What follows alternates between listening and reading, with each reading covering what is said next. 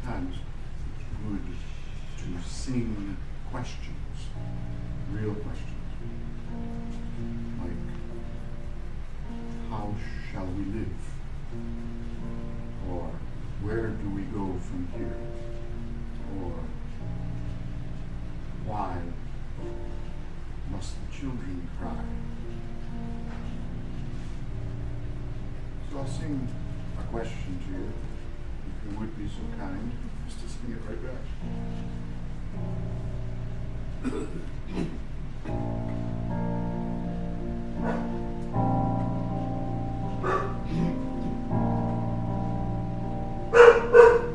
Get up. Come. How shall we live, knowing what we know, seeing what we have seen?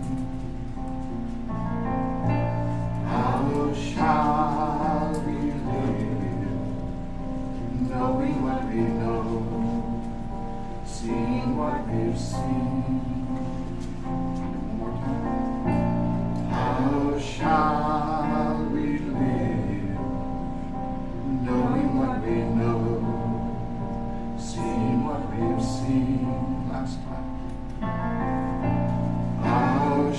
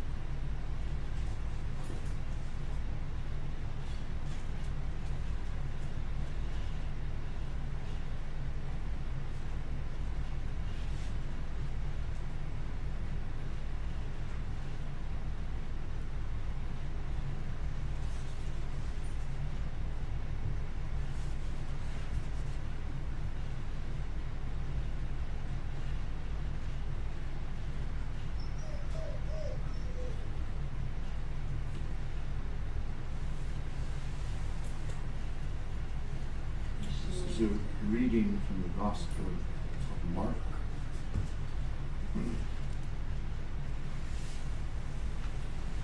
It was then that Jesus came from Nazareth of Galilee and was baptized in the Jordan River by John.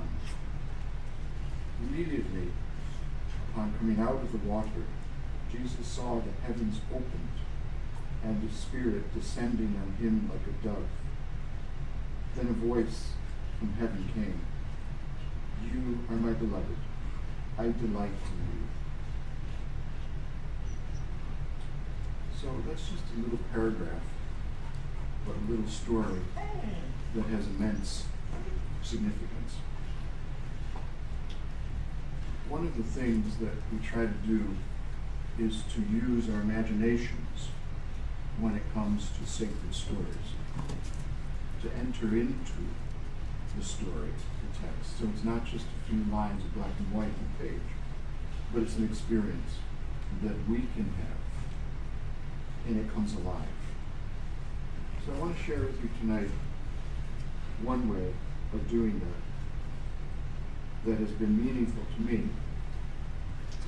And it comes from a fellow by the name of Ignatius, back around the year 1600. And Ignatian spirituality engages, a better word, the emotions and the imagination, the heart, mind, soul, body. So I want to share with you what we just read, but from the perspective of someone who was actually there. So are you ready? You have your imagination caps on. Here we go. It happened this way. We were all together, all of us, rich and poor, young and old, women, men, kids, and we were standing by the river. We were waiting for John. John had called us out. John, the wild man, John. We loved him. We could trust him because he loved us, and he showed it. So one day, he calls us out and says, "Meet me by the river." And hundreds of us showed up, not knowing what to expect. Finally, John appeared, and he stood in the shallow part of the river, and he invited us one by one to come to him. And as people did, they shared their secrets, their deep thoughts, their fears, their hopes. And as they did, he would place his hands on their shoulders, and down into the water they went. And when they came up, some of them were crying, some of them were laughing. But something happened. Something profound happened. And I was amazed. So there I was in the crowd, moving closer and closer to John in the water. And I then spotted him. It was Jesus. He looked so young. He was standing by the water, moving closer and closer with the crowd toward John, the wild man. This John was truly wild. He ate wild food like grasshoppers. He dressed in wild clothes like camel's hair. And he said wild things that got him in trouble. But this John was our friend. So closer and closer we came to John. Jesus was there, and I elbowed my way through the crowd and got right next to Jesus, side by side. He looked at me and smiled. He said, "Come on, walk with me." So I did. Slowly, we walked together toward John, the wild man, through the water. Finally, we were close, so close to John. And John spoke, and he said, "Jesus, what are you doing there? You shouldn't be here." And Jesus smiled, and he said, "It's all right, cousin. I know you don't understand this right now, but you will someday. It's very important that you baptize me." So John reluctantly placed his trembling hands upon the shoulders of Jesus, and down into the water he went. He stayed down there a long time, I thought. I was getting nervous. But then up he sprang, like springs around the bottom of his feet, and his arms were outstretched. And his face, I wish you could have seen his face. It was radiant. He stood there for a moment with his arms outstretched, as though he was about to receive something. And then it happened. There was this bird. Some say it was a dove. It looked like a pigeon to me, but there it was. And it was hovering over Jesus' head. And Jesus looked at the bird and smiled, like he knew the bird. And then something very strange happened. A voice. It was more like a song, the most beautiful song. And this is what the song said. You are my beloved. I delight in you. Yes, you are my beloved. I delight in you. And that radiant face of Jesus somehow became even more so. We all stood there. We heard the voice. None of us wanted to leave. It was a moment. Eventually, one by one, people left that spot. And Jesus walked away. And some of us followed him.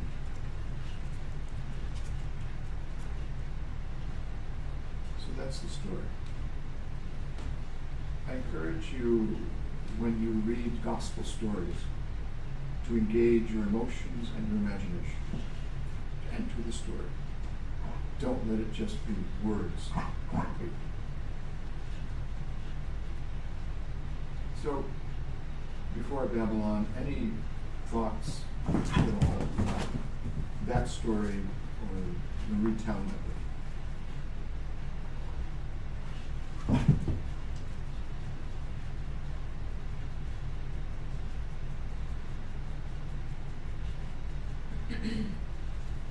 What other religions do baptism? That's a good question. There's all kinds of washings and water rituals in Judaism. That would be a good question for Josh to ask him about baptism in Jewish tradition. Yeah. I'd be curious to hear what he has to say about that. Water is used in just about every religion. That you plunge yourself into the Ganges, right, in the Hindu tradition. Do Buddhists use water for rituals? I'm not sure. I think water usually symbolizes consciousness, Good. divine consciousness. Yeah. So it's a good question. Let's find out the answer. Do a little digging. We can ask our friend Josh. We'll be back on Thursday. Yeah. I just realized tonight, after all these times, you never got baptized. Oh, in the story. Yeah. Oh, right. Yeah, I was too dazzled watching Jesus. Lost track of myself. We all got baptized after. Yeah. Yeah, in a sense, we're all baptized in Jesus' baptism. Yeah. That's good. Just funny. I was just standing there doing it. But I like to imagine myself as a little boy, in the story. And, so when I look up and I see Jesus looking down at me and smiling, it's kind of sweet. Any other thoughts?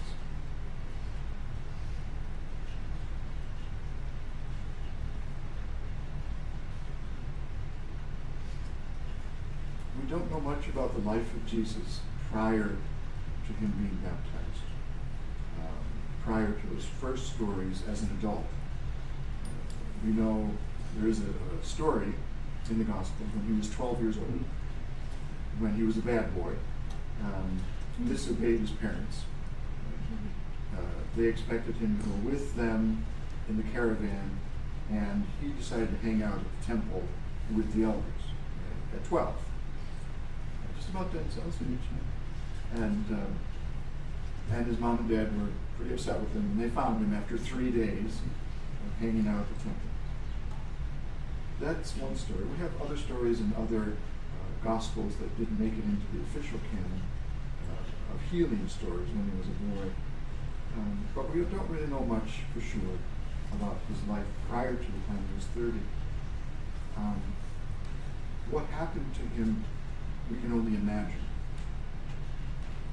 What he experienced growing up, we can imagine. But in that moment, in the water, when he hears the voice, tell him who he is, you can be sure that had a powerful effect on him. In a sense, that was the beginning for him, to discover who he was. Maybe he wasn't sure prior to that moment, but God help us. If I heard a voice, in the midst of that moment telling me, I am the beloved and God delights in me, I'm going to cherish that. I'm going to hold on to that. That's going to direct my life. And in fact, it did. It did.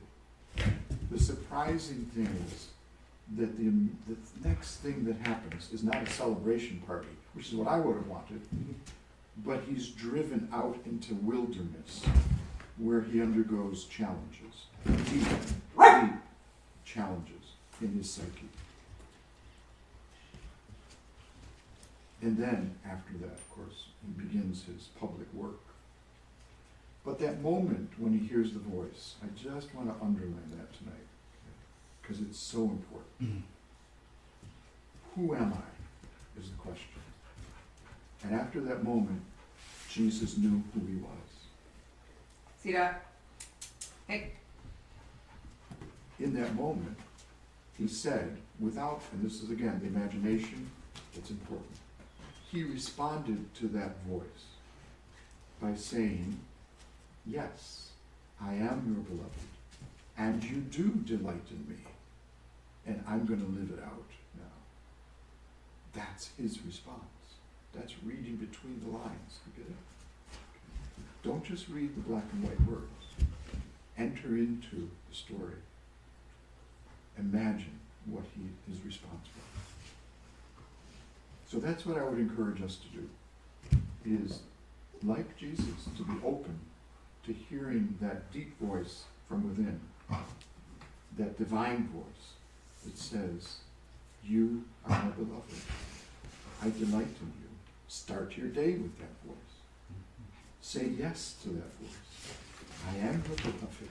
You delight. So I'm not going to be bothered by an $800,000 mortgage. I'm just going to live my life today in trust. On and on it goes. I'm not going to worry about getting what I want today because I'm your beloved and you delight in me. Woo-hoo. I'm just going to party with you. Does that make any sense? I hope so. That's the heart of the gospel.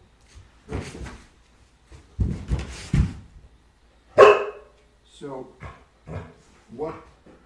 how is that connected to the song we sang? The song we sang is a terrible thing. It is a lament. It is a cry, a wonder, a saying no to the pain and the suffering and the death of children and so on, the violence and the war. Jesus' moment in the gospel is profound yes to who he was. And once he realized that and began to live it, he could speak to, he could help even heal the suffering, the pain of this world. Make sense? So, good luck with that. We'll close with a song. Let's close with a song that's a cappella tonight. This is inspired by our friends in Minneapolis who are working together to say no to the cruelty of ICE and yes to compassion for people. So I'll sing a line to you just here. I love how dogs do that thing. It's so primal, like they're tearing up woodchucks or something. Anything they can get their hands on. Anything they can get their hands on. Their paws on, excuse me. So good. All right, here we go. First line is, we will walk together, hand in hand. The second line is, we will sing and pray together. Third line is, we will laugh and cry together. Here it comes. We will walk together, hand in hand. We will walk together, hand in hand. We will walk together, hand in hand. We will walk together, hand in hand. And we will sing and pray together. We will sing and pray together. And we will sing and pray together. We will sing and pray together. And we will laugh and cry together. And we will laugh and cry together. And we will laugh and cry together. And we will laugh and cry together. We will walk together, hand in hand. We will walk together, hand in hand. And we will sing and pray together. And we will sing and pray together. We will laugh and cry together. And we will laugh and cry together. We will walk together, hand in hand. We will walk together, hand in hand. At the close of this day, we give you thanks for your great love for each of us, everyone, everywhere. Give us the grace to say no to what needs to be said no to, and a great big yes to what we need to say yes to. May we discover more and more who we are, who we are called to be in this world. May it be so.